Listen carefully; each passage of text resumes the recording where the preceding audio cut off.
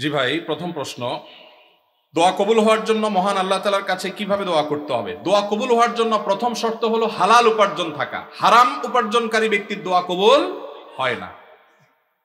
চুরি করে, ডাকাতি করে, টিন চুরি, গম চুরি করে এরপরে মক্কা শরীফ গিয়ে দুই হাত তুলে আল্লাহর কাছে চোখের পানি ফেলে দোয়া করছেন, হাদিস বলছে দোয়া কবুল হবে না। দোয়া কবুল হবে না। নবী করিম সাল্লাল্লাহু আলাইহি ওয়াসাল্লাম পরিষ্কার হাদিস আছে, অনেক দূর থেকে এলোমেলো চুল নিয়ে, ধুলোমলিন শরীর নিয়ে কেউ যদি কাবার চারপাশে হাত তুলে দোয়া করে, আন্না ইউস্তাজাবু লিযালিক, কিভাবে তার দোয়া কবুল হবে? নবীজি বলেছেন, কারণ দেহ, তার শরীর, তার সম্পদ হারাম দ্বারা গঠিত হয়েছে। এই জন্য দোয়া কবুলের জন্য প্রথম শর্ত হলো হালাল উপার্জন থাকা।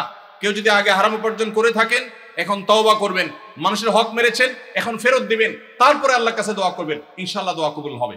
দোয়া কবুলের দ্বিতীয় শর্ত হলো অন্তরের অন্তঃস্থল থেকে কায়মনোবাক্যে দোয়া করবেন, অন্য মনস্ক হয়ে না, দায় সারা ভাবে না, মনোযোগ দিয়ে দোয়া করবেন। দোয়া কবুলের জন্য আরেকটা গুরুত্বপূর্ণ শর্ত হলো হালাল বিষয়ে দোয়া করবেন। হারাম জিনিস আল্লাহর কাছে চাইবেন না, দুই নম্বর জিনিস আল্লাহর কাছে চাইবেন না। অবৈধ সম্পর্ক করার, কারোর সাথে অবৈধ রিলেশন করার, হারাম সম্পর্ক করার জন্য আল্লাহর কাছে দোয়া করবেন, এটা অবৈধ দোয়া, নাজায়েজ দোয়া, এটা করা জায়েজ নাই। বৈধ দোয়া করবেন, নেক দোয়া করবেন, ইনশাআল্লাহ আশা করা যায় আল্লাহ তাআলা দোয়া কবুল করবেন। দোয়ার ক্ষেত্রে আল্লাহর প্রশংসা, নবীজির প্রতি দুরূদ প্রেরণ, এরপরে আপনি যে কোনো চাওয়া পেশ করবেন, বৈধ চাওয়া। এবং দোয়া করার পর কবুল হচ্ছে না কেন জন্য হুলস্থুল করবেন না। এই শর্তগুলো মেনে চললে কোরআন এবং হাদিসের আলোকে আশা করা যায় দোয়া কবুল হবে ইনশাআল্লাহ। দোয়া কবুলের বেশ অনেকগুলো স্থান আছে, ইনশাআল্লাহ অন্য কোনো মাহফিলে এটার উপরে আলোচনা করতে হবে। এটা নিয়ে আমার একটা সংকলন আছে। দোয়া কবুলের 33টা জায়গা আছে, স্থান আছে, সময় আছে। সেগুলো কি কি একটা আলাদা আলোচনা ইনশাআল্লাহ আমরা বলবো। এটা নিয়ে বহু আগে আমার একটা বক্তব্য আছে অনলাইনে, কারো প্রয়োজন হলে শুনে নিতে পারেন। আমাদের পরিবারে অনেকে অনেক সময় বড় রোগে আক্রান্ত হন, যেমন cancer, brain tumour, liver cirrhosis ইত্যাদি। এই ধরনের রোগের চিকিৎসার ক্ষেত্রে অনেকে তার পুরো সম্পদ বিক্রি করে ফেলে, নিঃস্ব হয়ে যায়। শরীর দৃষ্টিকোণ থেকে কতটুকু সম্পদ ব্যয় করা উচিত এবং ইসলামের নির্দেশনা কি? যদি আল্লাহ না করুন কেউ দুরারোগ্য ব্যাধিতে আক্রান্ত হন, যার চিকিৎসায় লক্ষ লক্ষ টাকার দরকার হয়, তার জমি জমা বিক্রি করা লাগে। প্রশ্নকর্তা ভাইয়ের জানার বিষয় হলো তার টোটাল অ্যাসেট থেকে কত পার্সেন্ট তার নিজের ট্রিটমেন্টে খরচ করা যাবে। এর উত্তর হলো এর কোনো পার্সেন্টেজ শরীয়ত ঠিক করে দেয় নাই। তার ট্রিটমেন্টের জন্য যদি তার টোটাল সম্পদও বিক্রি করা লাগে, সেটা বিক্রি করার অধিকার ইসলাম তাকে পরিপূর্ণভাবে দিয়েছে।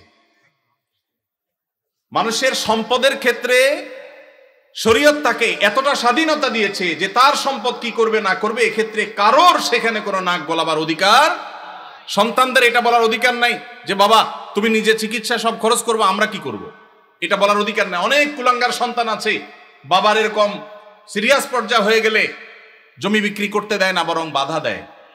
আছে না নাই? মনে রাখবেন, বাপদাদার সম্পদ দিয়ে মানুষ ধনী হয় না, হলেও সেটা সাস্টেইন করে না, টেকসই হয় না।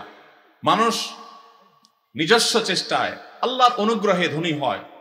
বহু বড় লোকের ছেলেরা একসময় রাস্তায় মানুষের কাছে হাত পাততে হয়। এই জন্য বাবার সম্পদ, মায়ের সম্পদ, সেগুলোর জন্য কামড়াকামড়ি করা, তাদের হক নষ্ট করা, এগুলো আমাদের মূর্খতা। তবে হ্যাঁ, কেউ যদি মনে করেন যে দুরারোগ্য ব্যাধিতে আমি আক্রান্ত হয়েছি, এখানে ট্রিটমেন্ট করে আসলে লাভ হবে না, ডাক্তারদের অ্যাসেসমেন্ট অনুযায়ী মৃত্যুই নিশ্চিত এবং জটিল পরিস্থিতি, তাহলে সেক্ষেত্রে আমার বাচ্চারা তারা অসহায় হয়ে যাওয়ার চাইতে আমি সুন্নত হিসাবে ট্রিটমেন্ট করি, কিন্তু খুব বেশি অ্যাগ্রেসিভলি ট্রিটমেন্টের জন্য খরচ করবো না। এটা যদি কেউ সিদ্ধান্ত নেয় তো সেই এখতিয়ারও শরীয়ত ওই ব্যক্তিকে দিয়েছে, অবস্থা বুঝে তিনি ডিসিশন নেবেন। এরপরে প্রশ্ন, রাসূলের জামানার সাথে আমাদের মসজিদের কার্যক্রমের কোনো পার্থক্য আছে কিনা? ইমামদের কি কি ভূমিকা পালন করা দরকার? রাসূল করিম সাল্লাল্লাহু আলাইহি ওয়াসাল্লামের যুগে তার হাতে গড়া মসজিদগুলো, সাহাবাদের হাতে গড়া মসজিদগুলোর একটা বড় বৈশিষ্ট্য ছিল, সেগুলো শুধু নামাজের ঘর ছিল না, সেটা ছিল কমপ্লিট প্যাকেজের নাম। একটা মুসলিম সমাজের যা যা দরকার তার সব কিছুর আয়োজন মসজিদ থেকে করা হতো। সেখানে দারিদ্র্য বিমোচনের কাজ হতো, কারো পারিবারিক কলহ হলে নবী সাল্লাল্লাহু আলাইহি ওয়াসাল্লামের কাছে আসলে তিনি সেটা মীমাংসা করতেন, এই ঘটনা বহু আছে। কোন মানুষ ক্ষুধার্ত, তিনি এসে নবীজির কাছে সাহায্য চেয়েছেন, তার জন্য নবী সাল্লাল্লাহু আলাইহি ওয়াসাল্লাম সাহায্য তুলেছেন, সেটাও আছে। আমাদের মসজিদগুলো থেকে নবী করিম সাল্লাল্লাহু আলাইহি সাল্লামের মতো সেই মসজিদের মতো আজ বহুমুখী কাজ হয় না। আমরা বেশিরভাগ মসজিদগুলোকে শুধু নামাজের ঘর বানিয়ে সীমাবদ্ধ রেখেছি। আমাদের মসজিদগুলোতে যুবকদের জন্য তেমন কোনো আয়োজন নেই, আমাদের মসজিদগুলোতে শিশুদের জন্য তেমন কোনো আয়োজন নেই। আমি আশ্চর্য হয়েছি ইউরোপের বিভিন্ন মসজিদে দেখে যে অমুসলিম প্রধান দেশ, আমাদের বাংলাদেশি ভাইরা সেসব মসজিদ বানিয়েছেন, কিন্তু সেখানে দেখা গেছে শিশুদের জন্য আলাদা আয়োজন। আপনারা এখানে যারা আছেন কয়টা মসজিদ আছে বলতে পারবেন যে আমাদের মসজিদে শিশুদের জন্য সুস্থ সংস্কৃতি চর্চা, আমাদের সমাজে মসজিদে বাচ্চাদের জন্য নামাজে আসলে বিনোদনমূলক, তাদের জন্য প্রণোদনামূলক ব্যবস্থা আছে, এরকম ব্যবস্থা আছে কয়টা মসজিদে ভাই? খুব একটা নাই, বরং উল্টা আরো ধমক দেয় বলে। মসজিদে আসলে ধমক দেওয়ার কালচার আছে, বন্ধ করতে হবে এই কালচার। মসজিদে বাচ্চারা টুকটাক ডিস্টার্ব করলে ধৈর্য ধারণ করতে হবে, বেশি ডিস্টার্ব করলে তাদেরকে সুন্দর করে বুঝাইতে হবে, অভিভাবককে বুঝাতে হবে আজকের শিশু আগামী দিনের মুসল্লি। নবী করিম সাল্লাল্লাহু আলাইহি সাল্লাম খুতবা দিচ্ছিলেন জুমার। হাসান বা হোসেন রাদিয়াল্লাহু তাআলা আনহুমা দৌড়ে আসছিলেন নানার দিকে, জামা পেঁচায়া শরীরের সাথে পড়ে গেছেন। নবীজি মিম্বর থেকে নেমে দূরে গিয়ে নাতিকে কোলে নিয়ে আবার এসে মিম্বরে দাঁড়ালেন, তারপর খুতবা কন্টিনিউ করলেন। আপনার মসজিদের ইমাম সাহেব করলে চাকরির কি হাল থাকবে বলেন? চাকরি থাকবে? নবী করিম সাল্লাল্লাহু আলাইহি সাল্লামের জায়গায় আমরা যদি হতাম তো বলতাম, মেয়েকে যে বলতাম, মা অন্তত আমার খুতবার সময়টা তো ধরে রাখবা। বলতাম কি বলতাম না? আমার নবী করিম সাল্লাল্লাহু আলাইহি সাল্লাম সেরকম কথা বলেছেন বলে জানা যায় না। তিনি সিজদায় গেছেন জামাতে নামাজে, ভাই একাকী না, মসজিদে তিনি ইমামতি করছেন, তার পিঠের উপরে হাসান যখন উঠে বসছেন, নবী সাল্লাল্লাহু আলাইহি ওয়াসাল্লাম আর তাদেরকে নামানোর জন্য কোনো কসরত করেন নাই। ওই অবস্থায় তিনি অপেক্ষা করছেন, সিজদার তাসবিহ বাড়াচ্ছেন, সময় যাচ্ছে। নাতির ঘোড়ায় চড়ার শখ পূরণ হওয়ার পর যখন পিঠ থেকে নামছে, তখন নবী সাল্লাল্লাহু আলাইহি ওয়াসাল্লাম মাথা উঁচু করছে।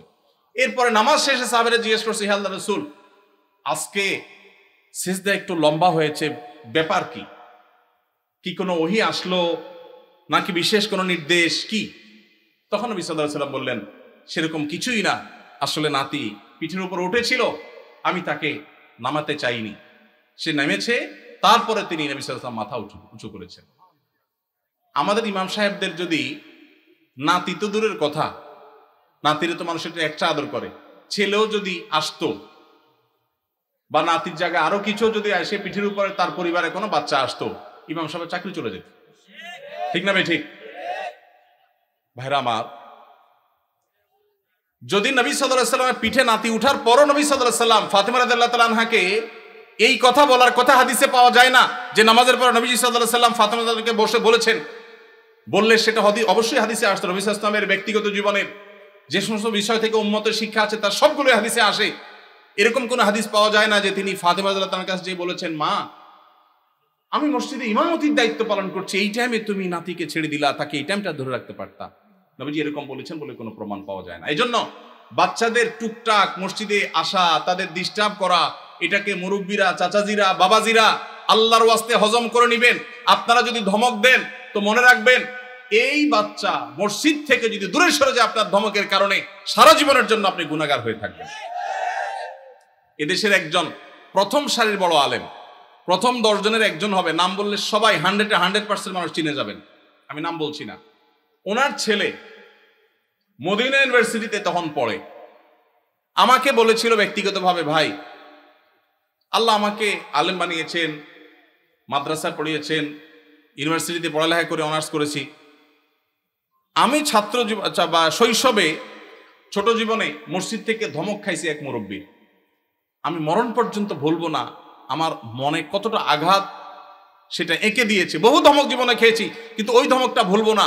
মসজিদে গিয়েছি বহুত আবেগ নিয়ে, অনুভূতি নিয়ে, একটু দুষ্টামি করেছি, যেই ধমক খেয়েছি আমার ভেতরটা কেঁপে উঠছে। আমি চিন্তা করি, আমার জায়গায় একজন সাধারণ মুসলমান যে এতটা ইসলাম বুঝে না, হয়তো স্কুল কলেজে পড়েছে, সে যদি আঘাতটা পাইতো সে হয়তো নাস্তিক হয়ে যেত, সে হয়তো ইসলাম থেকে দূরে সরে যেত। এই জন্য মসজিদ থেকে বাচ্চাদেরকে ধমক দিবেন না। আদর্শ মসজিদের জন্য, বাচ্চাদের জন্য, যুবকদের জন্য, এমনকি মা বোনদের দ্বীনি শিক্ষার জন্য চিন্তা ভাবনা, ফিকির, তাদের জন্য পর্দা, প্রাইভেসি রক্ষা করে কিভাবে তাদেরকে দিনদার বানানো যায়, ফরজে আইনের ইলম শেখানো যায়, সেই ব্যবস্থাপনা থাকতে হবে। মসজিদ থেকে জনসেবামূলক কার্যক্রম থাকতে হবে। জনসেবার জন্য পয়সার দরকার নাই, ইচ্ছা যথেষ্ট। আমি একটা ক্যাম্পেইন শুরু করছি, প্রত্যেক এলাকায় যুবক ভাইয়েরা ইমাম সাহেবদের নেতৃত্বে এলাকা পরিচ্ছন্নতা অভিযানে নেমে যান।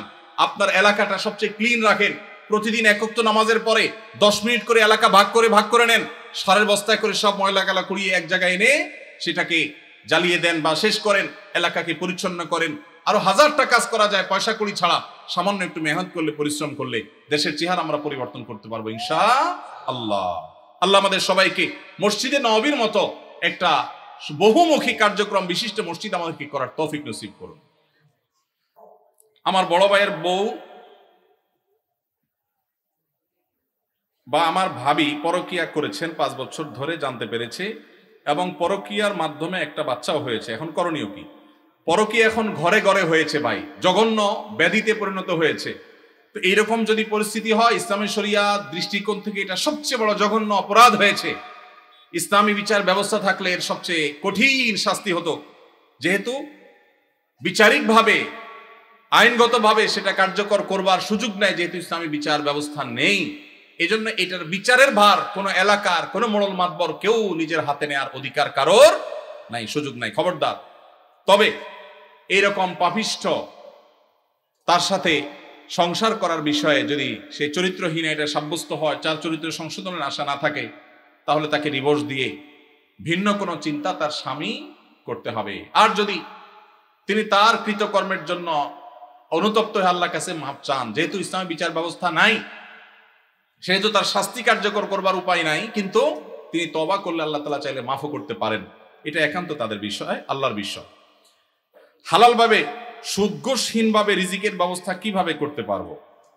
হালালভাবে সুদঘোষহীনভাবে একেবারে কোনো জায়জামেলা ছাড়া আপনার মাসে মাসে অ্যাকাউন্টে টাকা চলে আসবে, এইরকম অটোমেটিক ইনকাম করার কোনো দোয়া, কোনো আমল আমার জানা নাই। আমি কি বুঝতে পারছি? অনেক যুবক ভাইরা আছেন বলে সব হারাম আর হারাম, যাবো কই? হুজুর একটু দোয়াটা শিখাই দেন, আল্লাহ করে দেখ। অনেকে আছেন ঋণগ্রস্ত, দোয়া চান, চিরকুট লিখে দেন, হুজুর ঋণ মুক্তির আমল শিখাই দেন। পার্সোনালি যদি জিজ্ঞেস করা যায় জমি জমা আছে কিনা, বলে হ্যাঁ আছে আলহামদুলিল্লাহ। তো সেটা বিক্রি করে ঋণ দেন না কেন? বলে জমি বেশি কেউ ঋণ দেয়? মানে আপনি দোয়া শিখাই দেন, আমার জমি আমার থাকুক, ব্যাংকের টাকা থাকুক, আল্লাহ উপর থেকে একটা বস্তা পাঠায় দেখ। এটা কোনো দোয়ার পদ্ধতি হতে, যে সমস্ত ভাইয়েরা হালাল উপার্জনের কোনো পথ খুঁজে পাচ্ছেন না, তাদেরকে প্রথমেই বলবো একটা কাজ করেন, অভাব দূর হয়ে যাবে। সেটা হলো ভাব ছেড়ে দেন। কি ছাড়তে বলছি? ভাব। ভাব ছেড়ে দিলে অভাব দূর হয়ে যাবে। ভাব ছেড়ে দিলে অভাব দূর হয়ে যাবে। বুঝেন নাই কথাটা? আপনার সাথে যায় না এই কাজ, এটার নাম ভাব। এটার নাম কি? এটা আমার সাথে যায় না, আমি কিভাবে একটা শিক্ষিত ছেলে এই কাজ করি, এটার নাম ভাব। এটার নাম কি? এই ভাবের অভাবই বেশি। ভাবের অভাবই বহু লোক আছে, হাইরে কান্নাকাটি, ওরা টাকা নাই, পয়সা নাই, অভাব অভাব। বাচ্চা কাচ্চা নিয়ে চাইনিজে খাইতে গেছে, মন খারাপ। কারণ নিয়ত করছিল এবার ব্যবসার লাভের টাকা দিয়া পোলাপান একটু থাইল্যান্ড যাবে, হইল না, কক্সবাজার আসছে, মন খারাপ। এটা কিসের অভাবী? ভাবের অভাবী। কিসের অভাবী? ভাব ছেড়ে দিলে অভাব এমনি দূর হয়ে যাবে। আমি বিভিন্ন জায়গায় বলি, সেদিন ডুয়েটের প্রোগ্রামেও বলেছি, আমি ছাত্র জীবনে 600 টাকা বেতনে ইমামতির চাকরি করেছি। আমি তখন স্ট্যান্ড করা ছাত্র। আমি তখন চট্টগ্রামে হাটহাজারী মাদ্রাসা, বাংলাদেশ সবচেয়ে বড় মাদ্রাসার ভর্তি হওয়া ছাত্র। সেই বড় মাদ্রাসার পড়াশোনা বাদ দিয়া মফস্বলের মাদ্রাসায়, জেলা পর্যায়ের ছোট মাদ্রাসায়, তার তুলনায় সেখানে গিয়ে ভর্তি হয়েছি। ঢাকা ইউনিভার্সিটি রেখে গ্রামের মফস্বলে কলেজে ভর্তি হওয়ার মতো আমি সেই কাজ করেছি। আমি সেই ছেলে 600 টাকা বেতন ইমামতি করে, বাবা যখন ব্যবসা করতে করতে দেয়ালে পিঠ থেকে গেছে, তখন চিন্তা করলাম আমার ভালো মাদ্রাসা পড়ালেখার চাইতে এই মুহূর্তে বাবার পাশে দাঁড়ানো দরকার। সেখানে গেছি, কই আলহামদুলিল্লাহ ওই অবস্থায় ইমামতি করে কয়েক কিলোমিটার সাইকেল চালিয়ে মক্তব পড়িয়ে তারপর পড়ালেখা করে 10 stand, 3rd stand, 2nd stand, 3টি স্ট্যান্ড আমার ছাত্র জীবনে আল্লাহ করার তৌফিক দিয়েছেন। এবং এই সব বরকত আল্লাহ তাআলা ওই সময় দিয়েছেন যখন আমি স্ট্রাগল করি, যশোর যুব প্রশিক্ষণ কেন্দ্রে ইমামতি করি। 4টি বছর, একদিন দুই দিন না। এখন যুবকরা বলে যে অভাব কিভাবে দূর করব? আমের সিজনে 10 কেজি আম নিয়ে বসে যান। 10 কেজি আমের দাম কত? আত্মীয় স্বজন বন্ধু বান্ধব চাইলে অনেকের কাছ থেকে পেয়ে যাবেন। 5 টাকা 10 টাকা করে লাভ করেন, 11 কেজির টাকা হয়ে যাবে। এরপর 11 কেজি নিয়ে বসেন, আস্তে আস্তে সামনে বাড়েন। যুবকরা এখন চাকর হইতে চায়, উদ্যোক্তা হতে চায় না। আসুন্নাহ ফাউন্ডেশন আপনাদেরকে উদ্যোক্তা বানাতে চায় ইনশাআল্লাহ। আমরা একটা সার্কুলার দিয়েছিলাম কিছুদিন আগে, আমাদের কাছে এমনি সাহায্যের জন্য আসা লোকের অভাব নাই। সার্কুলার দিয়েছিলাম যে যেই কোনো গরিব অভাবী যুবক তরুণ যে কোনো বয়সের মানুষ সে যদি আবেদন করে আর বলে আমার একটা দক্ষতা আছে, 100 লাখ টাকার পুঁজি হলে আমি পায়ের উপর দাঁড়াইতে পারবো, সে যদি এটা সুন্দর করে বুঝাইতে পারে তো ফাউন্ডেশন সেটা করবে। আপনারা জেনে অবাক হবেন, এই সার্কুলার দিয়ে 1-1.5 মাস গত হয়ে গেছে, এখনো পর্যন্ত আমরা তেমন কোনো আবেদন পাইনি। ফেসবুকে ওপেন সবার জন্য, যে কেউ গুগল লিংকে ক্লিক করে দিতে পারে, কিন্তু উল্লেখযোগ্য আবেদন নাই। বেশিরভাগ যুবকই মনে করে যে একটা রেডিমেড সার্টেন অ্যামাউন্ট হয়ে গেলে আমার সব হয়ে যাবে। আল্লাহর সাথে চুক্তি করে, আল্লাহ লাখ দশেক দিলে চলবে, একটা বাইক, একটা ফোন আর ইউ টাইপের একটা বিজনেস আইডিয়া, ব্যাস। এই বংবাং মার্কা চিন্তা করে কোনোদিন অভাব দূর হবে না। পরিশ্রমী হতে হবে, পরিশ্রমী। রাজি আছেন তো ইনশাআল্লাহ? মুসলিম তরুণ কখনো অলস হতে, নবী সাল্লাল্লাহু আলাইহি ওয়াসাল্লাম দোয়া করেছেন, আল্লাহুম্মা ইন্নী আউযু বিকা মিনাল আজজি ওয়াল কাসাল, আল্লাহ আপনার কাছে অলসতা থেকে পানা চাই, আমি অলস হতে চাই না। আল্লাহর কাছে দোয়া করেছেন, সেখানে আমরা অলস থাকি। কোনো কাজকে ছোট মনে করবেন না, অলস হবেন না, যেখানে যা পাবেন পরিশ্রমী হয়ে লেগে যাবেন, ইনশাআল্লাহ আল্লাহ তাআলা আপনার হালাল উপার্জনের শত পথ বের করে দিবেন। চেষ্টা করা যাবে না ইনশাআল্লাহ? দুইটা জিনিস বলেছি, কোনো কাজকে ছোট মনে করা যাবে। আমি যত বড় মানুষ হই, ছোট কাজ করতে অসুবিধা। আমি একটা ব্যবসা করার প্ল্যান অনেকদিন থেকে করছি। আলহামদুলিল্লাহ, আমি 10 বছর সৌদি আরবে প্রবাসী ছিলাম। আল্লাহ তাআলা অনেক বরকত সেখান থেকে দিয়েছেন। সেটা দিয়ে আল্লাহ তাআলা ছোট ছোট 2টি ফ্ল্যাট করার তৌফিক দিয়েছেন। 10 বছর চাকরি শেষে সৌদি আরবে এতগুলো টাকা একসাথে পাওয়া যায়, ওই যে ভাই জানেন, এই সবগুলো টাকা দিয়ে আল্লাহ তাআলা যে ছোট ছোট 2টি জায়গা দিয়েছেন, তার ভাড়ার টাকা আসে, আমার ডাল ভাত খেয়ে বাঁচা যায়। তারপর আমি ব্যবসা করতে চাই, কারণ আমি চাই যে আমার ভাইয়েরা, আমার দিনী ভাইয়েরা, তারা শিখুক যে পরিশ্রম করতে হয় হালাল উপার্জনের জন্য। অন্যের উপার্জনের পথ যেন খুলে সেজন্য চেষ্টা করতে হয়। এই জন্য সুদ ঘুষ ছাড়া, হারাম ছাড়া উপার্জনের পথের জন্য কায়িক পরিশ্রম শুরু করে দেন, চেষ্টা করা শুরু করে দেন। আসুন্নাহ ফাউন্ডেশন স্কিল ডেভেলপমেন্ট ইনস্টিটিউটে বেকার তরুণদেরকে প্রশিক্ষণ দেয়। প্রশিক্ষণের পর কাউকে পুঁজি দিয়ে ব্যবসা দেওয়া, কাউকে চাকরি দেওয়া, কাউকে বিদেশে চাকরির সন্ধান করে দেওয়া, এই কাজটা আসুন্নাহ ফাউন্ডেশন করছে, শত শত যুবকের জন্য করছে। ওপেন ফর অল, সামনে রমাদান উপলক্ষে স্মল বিজনেস ম্যানেজমেন্টের কোর্সের জন্য আবেদন করা হচ্ছে। দেশের যে কোনো জায়গা থেকে যে কেউ আবেদন করতে পারবে, আমাদের ফেসবুক পেজ দেখলে পাবেন। আল্লাহ তাআলা আমাদের ভাইদের হালাল উপার্জনের পথ উন্মুক্ত করে দিন, বলুন আমিন। ওযু করার পর বাচ্চাদেরকে বুকের দুধ খাওয়ালে কি ওযু ভেঙে যায়? না। বুকের দুধ মায়েরা যদি বাচ্চাদেরকে খাওয়ান ওযু অবস্থায়, ওযুর কোনো ক্ষতি হবে না, কারণ দুধ এটা কোনো নাপাক জিনিস না। শরীর থেকে নাপাক জিনিস বের হলে তখন মানুষের ওযু ভঙ্গ হয়। যেহেতু মায়ের বুকের দুধ এটা কোনো অপবিত্র জিনিস না, নাপাক না, অতএব বাচ্চাকে দুধ খাওয়ালে তাতে ওযুর কোনো ক্ষতি হবে না।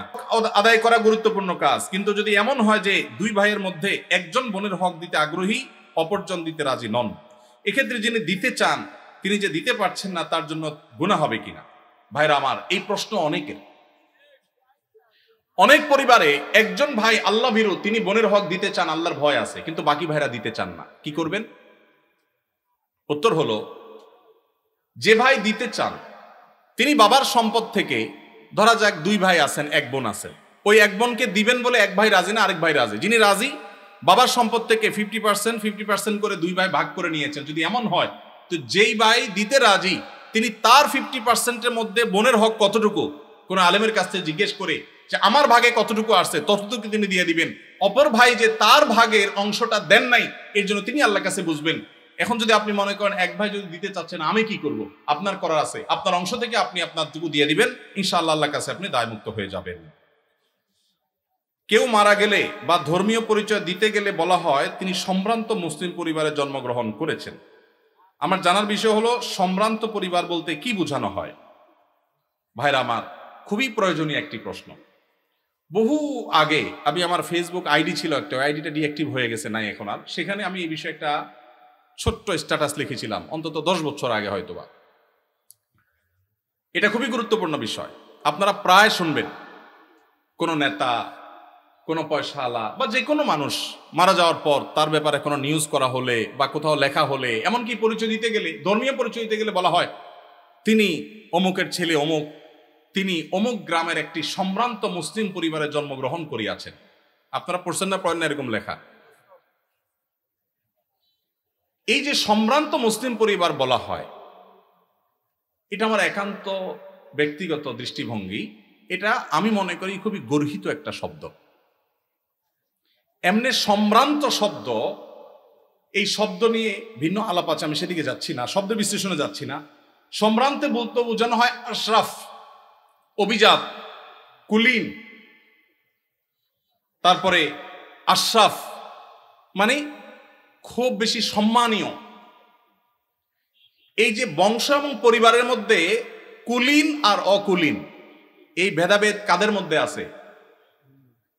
হিন্দু ভাইদের মধ্যে আছে, ঠিক না ভাই? ঠিক। হিন্দুদের মধ্যে জাতের ব্যবধান আছে না নাই? হিন্দুদের মধ্যে সব জাতের মানুষ কি সমান? তাদের মধ্যে সম্ভ্রান্ত জাত আছে, আবার একেবারে অসম্ভ্রান্ত জাত আছে। মুসলমানদের মধ্যে কিরকম সম্ভ্রান্ত অসম্ভ্রান্ত বলতে কোনো ভেদাভেদ আছে? আল্লাহ বলেছেন পরিষ্কার ভাবে, এই আল্লাহ তাআলা এই পরিবারের পরিচয় সম্পর্কে বলেছেন, ইন্না খালাকনাকুম শুউবান ওয়া কাবাইলা, বিভিন্ন গোত্রে বিভিন্ন পরিবারে তোমাদের সৃষ্টি করেছি, লিতাআরাফু, পরিচয়ের সুবিধার্থে, চেনার সুবিধার্থে। ইন্না আকরামাকুম ইনদাল্লাহি আত্তাকুম, তোমাদের মধ্যে সবচেয়ে বেশি মর্যাদাবান সে যার ভিতরে তাকওয়া সবচেয়ে বেশি। পারিবারিক পরিচয়, বংশগত পরিচয়ের ভিত্তিতে কখনো মর্যাদার তারতম্য হবে না। অতএব সম্ভ্রান্ত আর অসম্ভ্রান্ত মুসলমানদের মধ্যে এই ধারণাটাই হলো হিন্দু থেকে আসছে এবং একটি ভুল, একটা অপসংস্কৃতি। এটা আমাদের দূর করতে হবে এবং ত্যাগ করতে হবে ইনশাআল্লাহ। ইমাম সাহেবের পূর্বে মুক্তাদি সালাম ফিরালে নামাজ হবে কিনা? এটা অনেকের হয়, হয় না? হয় না? যাদের একটু তাড়াহুড়ার রোগ আছে, ইমাম সাহেব একটু কাশি দিতে গেলে মনে করে সালাম দিছে, সালাম ফিরে ফেলে, হয় কি হয় না? কিছু লোক আছে দেখবেন ট্রেনের মধ্যে একটু তাড়াতাড়ি যাওয়া দরকার, তো এদিকে জোর করে বগির মাথা মাথা হাঁটে, কেন? তার তাড়াতাড়ি যাওয়া দরকার। সে বেশি জোরে হাঁটলে কি ট্রেন তাড়াতাড়ি চলবে? আগে পৌঁছাবে? কিন্তু সে চেষ্টা করে। তো আপনি যতই হুলস্থুল করেন, ইমামের আগে তো নামাজ শেষ করতে পারবেন না। তো এই জন্য ইমামের আগে কোনো কাজ করা এটা ভুল। নবী সাল্লাল্লাহু আলাইহি ওয়াসাল্লাম বলেছেন, ইন্নামা জুইলাল ইমামু লিউতাম্মা বি, ইমাম দেয়া হয়েছে তাকে অনুসরণ করবার জন্য। ইমাম যখন রুকুতে যায় তারপরে রুকুতে যাবা, যখন সিজদা যায় তারপরে সিজদা দিবে, যখন সালাম ফিরে তারপরে সালাম দিবে। এই হলো নবী সাল্লাল্লাহু আলাইহি ওয়াসাল্লামের নির্দেশ। অতএব ইমাম সালাম ফেরানোর আগে সালাম ফিরানো যাবে না। যদি কেউ ইমাম সালাম ফেরানোর আগে সালাম ফিরিয়ে ফেলেন, তাহলে হানাফি মাযহাবের ওলামাদের মতে নামাজ হয়ে যাবে, কিন্তু এরকম করাটা মাকরুহ। আর অন্য অনেক ইমামদের মতে নামাজই হবে না, কারণ ইমামরা আনুগত্য করা ওয়াজিব। যেহেতু আমাদের এদেশে বেশিরভাগ মানুষই হানাফি ফিকহ ফলো করেন, হানাফি ফিকহ, হানাফি মাযহাব অনুযায়ী এটা মাকরুহ তাহরিমি, এটা করা উচিত না। কখনো যদি ভুলে হয়ে গেছে তাহলে সেটা মাকরুহ হবে না, সেটা মাফ। এটা অবশ্য সবার মতে, ভুলে হয়ে গেলে গুনাহ হবে না, নামাজ হয়ে যাবে ইনশাআল্লাহ তাআলা। তাহলে হানাফি মাযহাব আমাদের মতে নামাজ হয়ে যাবে, কিন্তু কাজটা অনুচিত। আর যদি একান্ত অসতর্কতাবশত হয়ে যায় তাহলে সেটা মাফ, কোনো অসুবিধা নেই, নামাজ তো সর্বাবস্থায় হবে। রবিবারে বাঁশ কাটা অমঙ্গল, এই কথার কোনো ভিত্তি আছে কিনা? এটা কুসংস্কারাচ্ছন্ন কথা ভাই। ছেলে মেয়ে পালিয়ে বিয়ে করলে তাদের বিয়েতে সাক্ষী হওয়া জায়েজ আছে কিনা? পালায় বিরাট বিয়ে করবে কেন? পালায় এত মানুষ চুরি করে, অথবা চুরি করার পরে পালায় যায়, ঠিক না ভাই? ঠিক।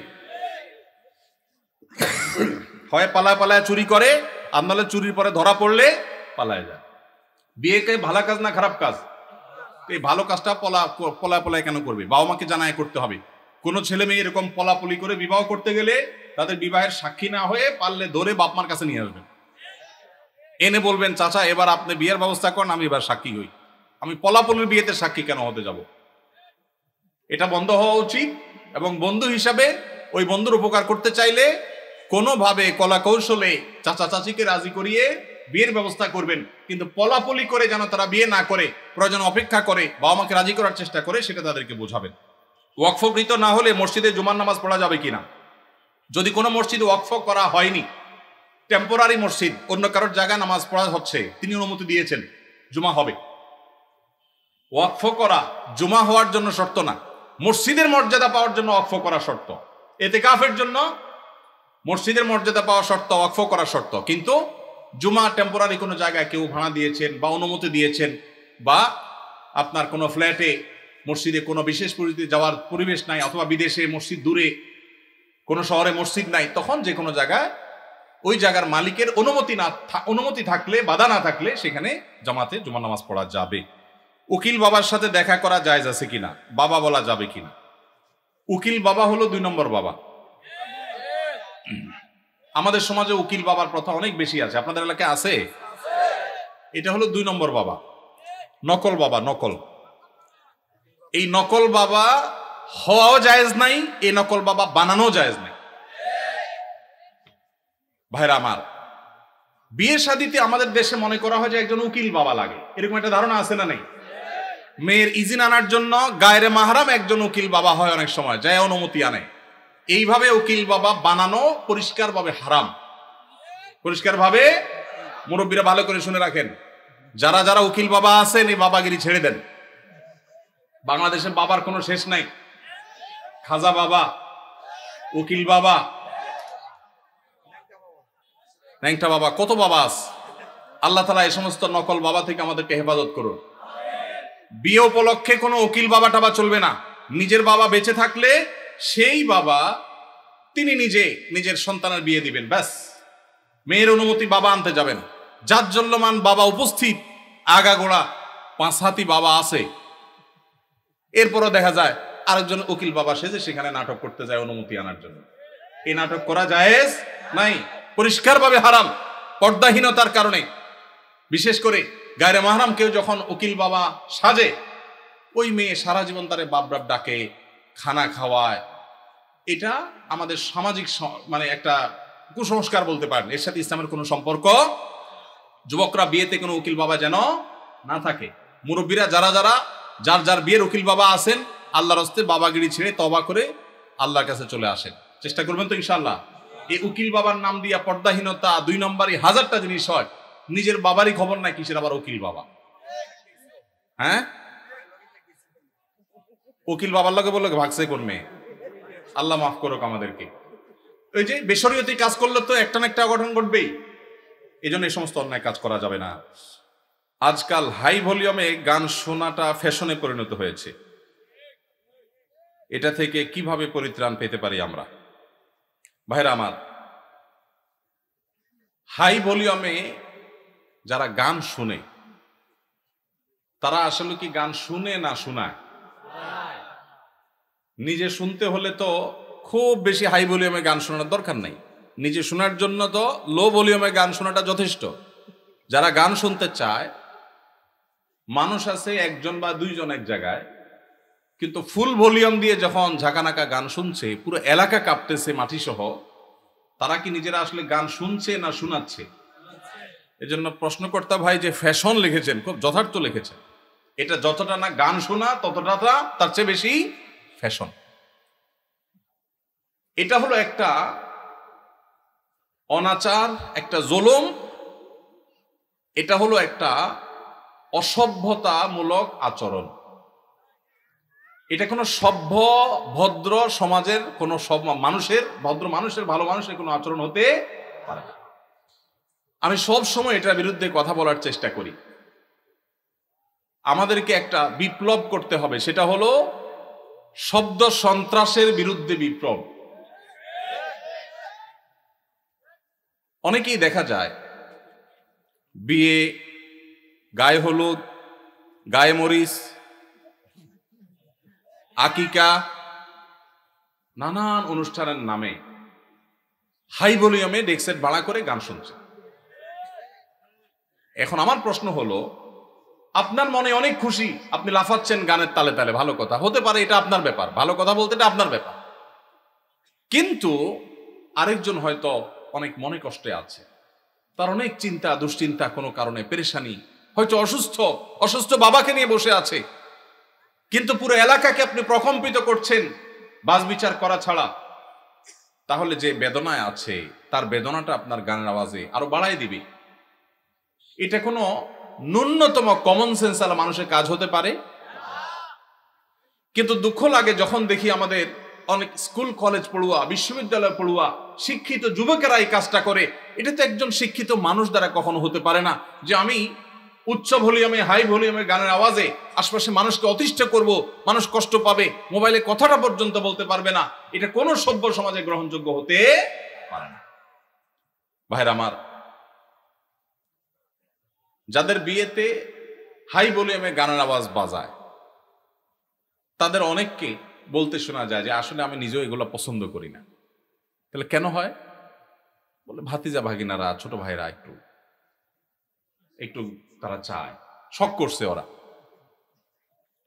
ভাতিজা ভাগিনারা কি করছে? শখ করছে। বিয়ে করবেন জীবনে একবার না দুইবার? একবার। কাদের কাদের দুইবার করার নিয়ত আছে হাত তোলেন। মাশাআল্লাহ, ঘুমিয়েছিল এরা মনে হয়। ঠিক আছে ভাই,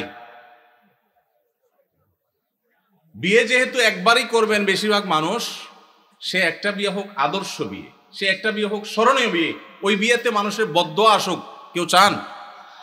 তাহলে ভাতিজা ভাগিনা কেন, আরো কেউ যদি বলে, ছোট ভাইরাও যদি বলে, তাহলে সেই অনাচার আমরা করতে দেব না ইনশাআল্লাহ। ভাইরা আমার, এমনকি ওয়াজ মাহফিলের যে মাইক, এই মাইকগুলো কন্ট্রোলে যেন থাকে, এগুলো যেন নিয়ন্ত্রণে থাকে। আমরা সবসময় বলি, আমি বরাবরের মতো আহ্বান করি, আমি কেন, অন্যান্য আলেমরাও সবসময় বলেন যে ওয়াজ মাহফিলের মাইক যেন মানুষের বিরক্তির কারণ না হয়। শহরে এটা খুব বেশি নিয়ন্ত্রণ জরুরি। গ্রামে যেখানে মাহফিল হয়, পুরো গ্রামের মানুষ মাহফিল শোনার জন্য প্রস্তুত থাকে।